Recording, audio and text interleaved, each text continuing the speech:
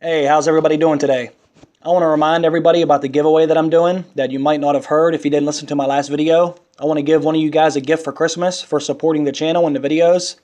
And I'm going to give away any season of Game of Thrones on Blu-ray that you choose. All you need to do is be a subscriber of this channel to get an entry for the random selection. And I'm going to randomly select that winner on January 1st and let you pick your favorite season of the show. And I'll send it to you right away. But I also want to say don't worry if you don't win this time, because as soon as I send out that gift, I'm going to do another giveaway right after that. So don't unsubscribe just yet, because you have another chance to win something. And if you're already a subscriber, you're going to get 2 entries, so keep that in mind. But anyways, let's get the show on the road. I want to thank everybody for their great answers. This is going to be another breakdown prediction video for Game of Thrones Season 7. And I couldn't answer everyone's question, but some of the really good ones that I didn't get to, I'm going to save and do in another video. So if I didn't get to yours, I want to thank you for the input. I definitely appreciate it. Now, let's get started. And I want to start the video off with arguably the greatest Game of Thrones theory you have ever heard. This theory was inspired by a loyal listener, Sir Jaime Lannister. He always leaves some great comments, and out of respect for his sense of humor, I had to do this. So brace yourself and put some tinfoil on, because some spoilers are coming. Jaime Lannister said, "If I don't see a prediction about me arming myself up with a spanking brand new bazooka cannon for an arm, you're in trouble." Well, Sir Kingslayer, here you go, buddy. Now, we all know that Jaime Lannister had his hand cut off a few seasons ago while he was a prisoner of the Bolton men. And ever since then, Jaime has just been a shell of himself. He has nearly lost all confidence in himself, especially when it comes to fighting. Jaime Lannister was once known as one of the greatest swordsmen in Westeros, but after he lost his strong hand, he can barely beat an average soldier. So out of desperation and embarrassment, Jaime was willing to even take private lessons from Bran, which didn't go too well. I mean, Bran is a pretty damn good swordsman, but he kicked Jaime's ass pretty easily. Jaime just really can't find the strength to put up a good fight using his other hand. But thankfully for Jaime, he doesn't really have to fight for himself too often. But next season, that day's going to come to an end. And Jaime Lannister is going to have to do everything it takes to ensure that the Lannisters do not lose their stronghold in King's Landing. Jaime knows that a massive war is coming, in a big army, large enough to destroy King's Landing as we know it. And Cersei does not want to lose this war. Cersei does not want to vacate the Iron Throne. And if there's one thing we know about Jaime Lannister, it's that he will do just about anything for his sister. When she says jump, Jaime says how high. And in Season 6, Cersei made Jaime lead the army, just like their father used to. And even though the Blackfish gave Jaime some resistance, in the end, Jaime was successful.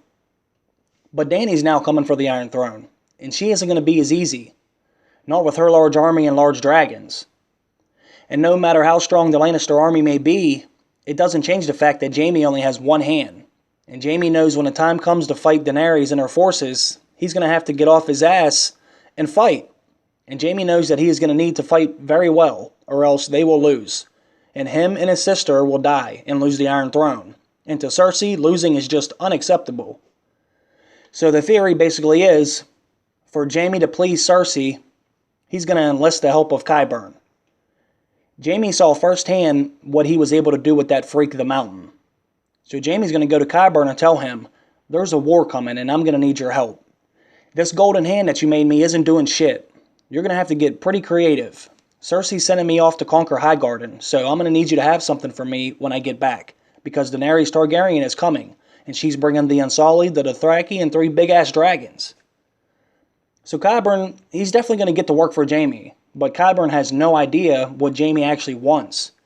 And after Jaime and Bronn get defeated by the Dothraki, where Jaime is nearly killed by one of Dany's dragons, Jaime's going to see firsthand just how terrifying these dragons are, and knows he needs something very powerful to defeat them. But when Jaime returns to Cersei, he's going to be an even broker man, knowing that he let some woman's army defeat him and his Lannister forces. And the rest of what little confidence he had left will be completely stripped away from him. But Cersei's heartless and she's not going to care. Cersei will now feel that the walls are closing in on her, knowing that the mighty Jaime Lannister and his forces were just defeated by Daenerys Targaryen, who is getting closer and closer to attacking King's Landing. Cersei's going to be so furious, she's going to tell Jaime, "You either kill this bitch's dragons and send her back across the narrow sea, or I'm going to send your ass to Castle Black to live out the rest of your pathetic one-handed days." And Jaime's going to be shocked by this. The thought of Cersei leaving him for good is going to send shockwaves across King's Landing. Jaime's going to run to Qyburn praying he has devised something that can make him victorious in battle again. But unfortunately for Jaime, the first thing Qyburn's going to give him is Widow's Wail, that is forged to a new golden hand. That way Jaime can never drop his sword or have it knocked out of his hand again. But now Jaime's going to be furious and scream at Qyburn, "This isn't good enough. Cersei threatened to send me to the wall, and the best you can come up with is a fucking sword melted into my hand. I thought you was banned from being a maester because of your odd methods and creative ways. Jaime's going to tell Qyburn, I'm going to give you one day, one fucking day, to get me something better than this, or I'm going to take you to Castle Black with me and throw you off the top of that goddamn wall." Now, Qyburn's going to be backed into a corner, and he's going to get to work right away. Everybody knows that Qyburn works best under pressure. Thankfully, Qyburn knows of a cave in Dragonstone that is filled with dragon glass. And with the help of the Mountain and Jagan Hagar, they're going to take a small boat to Dragonstone at night. And even though Dany and her forces are there, Qyburn's going to be able to convince them anyway. Jagan Hagar is going to provide the faces of dragons. That way if Dany comes out, she's just going to think it's Drogon and Rhaegal screwing around outside. And the Mountain's going to be used for a strength to carry out 1 ton of dragon glass, which will be used to form Jaime Lannister's new weapon. A weapon so powerful it can take down a dragon with a single blow. And after working 24 hours straight, Qyburn will send the Mountain to get Jaime Lannister to bring him back to his workshop. And I'm going to guarantee you right now, this scene will be the most glorious moment of Season 7. Qyburn's going to present to Jaime a fucking dragon glass cannon with a built-in rotator cuff, giving Jaime 360 degrees of range.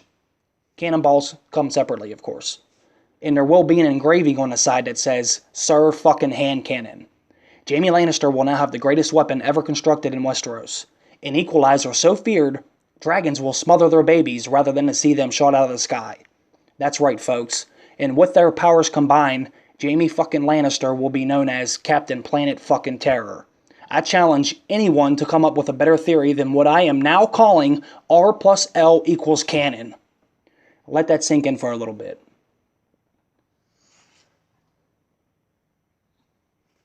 Now let's get on to the questions. Sean Dubb asked, "Do you think everything in a plot leak is going to happen?" And my answer is no. But I think it is very likely that most of it will happen. So much evidence has came out since the leak was released that continues to support it.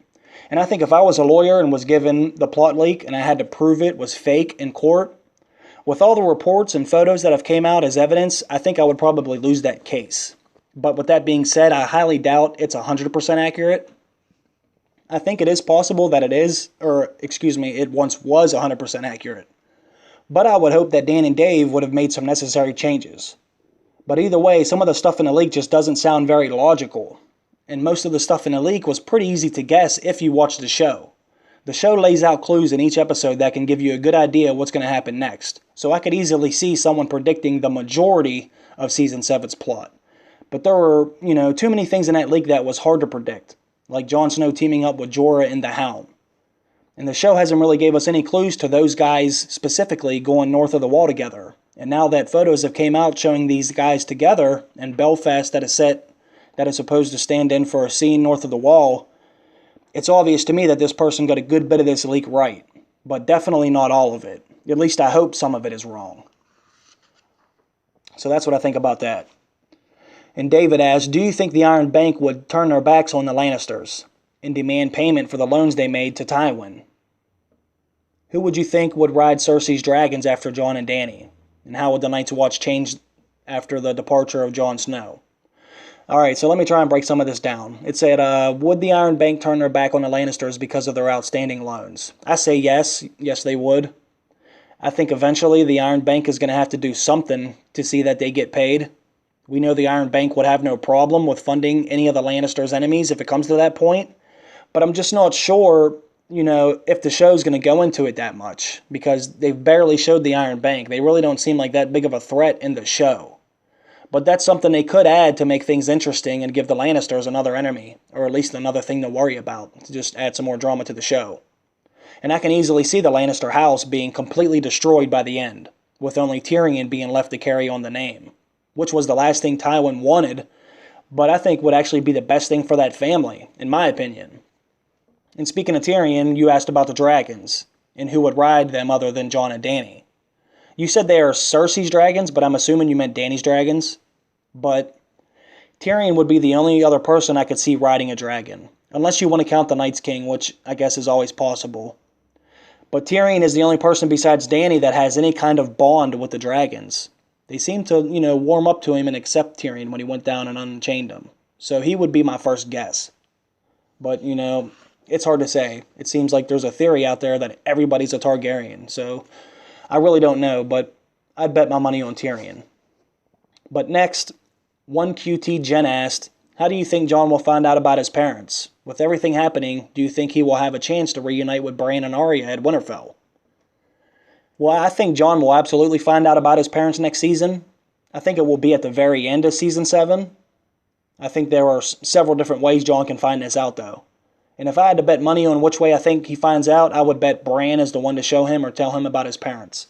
The show already took the time and spent the money on the scene to show us that Bran is the one to find out about Jon's parents first. So I think Bran will be the one to tell Jon eventually. But I think Jon's going to leave Winterfell for Dragonstone before Bran and Arya get there, though. So he's just going to miss them. But at the end of the season, I think he will make it back to Winterfell for the big reunion with his family. And there is a chance Jon could find out about his parents on his own, too. Jon may be the one to take Rick on down into the crypts. And I think there's a very good chance something's down there that points to who his parents are. And Ned may have even made Jon his own space down there and put his real name on a statue. And many people also think Rhaegar's harp could be down there as well, which all these things are possible. And Howland Reed could, also inform Jon too, because we know Bran and Meera are headed back home. And Bran should tell Meera that he saw her father in a vision during the birth of Jon. And he could tell Meera to have her father come to Winterfell to confirm it for Jon. Since they showed us Howland Reed once, I think we could see him again. Either way, Jon will find out who his real parents are, and personally, I can't wait. And Subi was one of many people that asked if I think Bronn will try and save Tyene Sand, now that she was taken prisoner and she's about to be in the hands of Cersei Lannister. But my answer is no. Bronn will not save her. I think just because she flirted with Bronn, that does not mean he's going to get in Cersei's way of vengeance. I don't think there's no chance in hell. Bronn really doesn't give a shit about her, and he really didn't give a shit about the last woman that he was actually supposed to marry. Once there's money involved, all bets are off with Bronn. He's only concerned with himself, which he made very clear to Tyrion when Tyrion wanted his help, during the trial by combat. Bronn didn't risk his life there, and I don't think he's going to risk his life here. Cersei's not going to hand over a prisoner just because Bronn wants to get some pussy. I think Tyene Sand is a dead woman walking. I'm sorry, but I don't think she's going to leave Cersei's grasp or King's Landing alive. That's just my opinion, though. And Scott asked, if Theon does intend to rescue Yara, who do you think will accompany him? Any other major characters, or just Theon and the Ironborn he arrived with? Maybe the Ironborn and Jon twist Theon's arm to force him to go save Yara. Now this is a great question, because I certainly believe Theon will go save Yara, but I'm still having trouble deciding who would go with him. I think he could easily go with a team of Ironborn men, but I also feel like Daenerys could send him with some of her men, maybe some of the Unsullied or Dothraki. Just a small team, though, to get in and out quickly, without starting a war prematurely. And I don't really think Jon would go. I don't see Jon risking his life for Theon at this point, but I could see Jon maybe lending him some wildlings to go with him, if need be.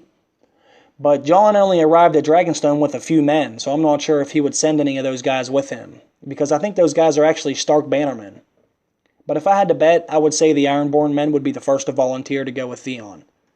But I think Dany may feel bad that she was captured, especially after how well Dany and Yara hit it off. So I could see Dany being eager to get her back. So I could see her sending some of her men for sure.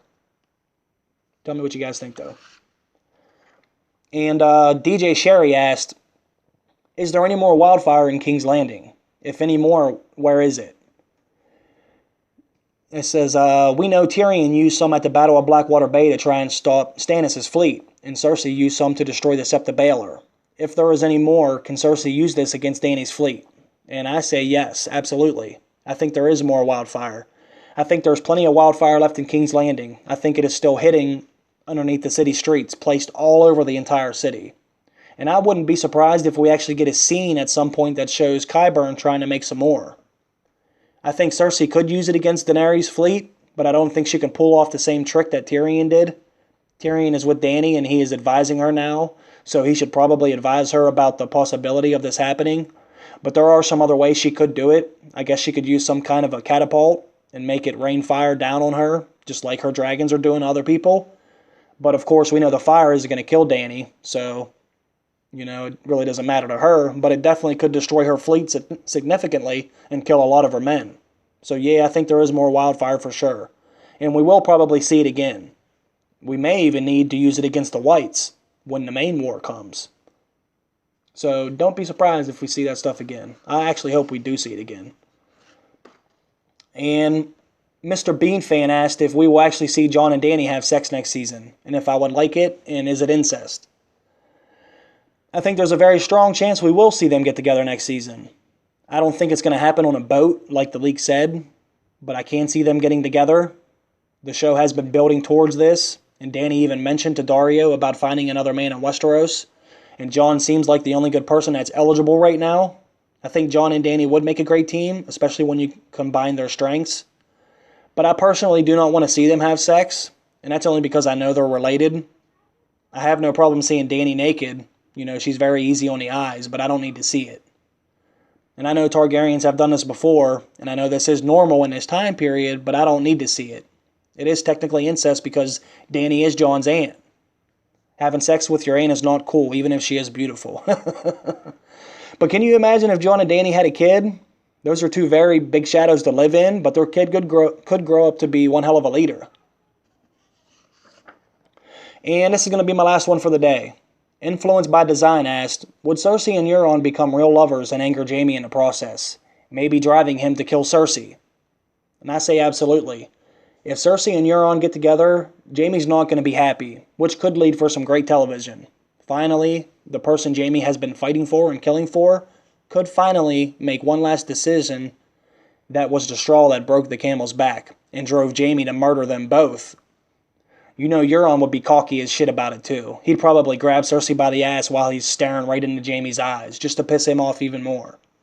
And Jaime would die before he would let somebody else marry Cersei and sit in his seat. I could never see Jaime sit on the sidelines while Cersei rules with another man. I think Jaime needs to leave regardless, and this could be the catalyst for Jaime to do so. I don't think Jaime and Euron are going to get along at all. It's going to be very interesting to see how this dynamic plays out when Euron approaches them to form an alliance. I'm definitely looking forward to Euron's storyline during Season 7. I think Dan and Dave have a real chance to make Euron into a great character on the show, and I really hope they do, right before they kill him off, of course. But I will discuss more in another video. I appreciate everyone that participated. I will get to the other questions very soon. Also, guys, don't forget about the giveaway. Just subscribe for a chance to win. But thank you, guys. I appreciate all the love and support. And comment below if you want to discuss any of that stuff. I'll see you guys in the comment section. Bye.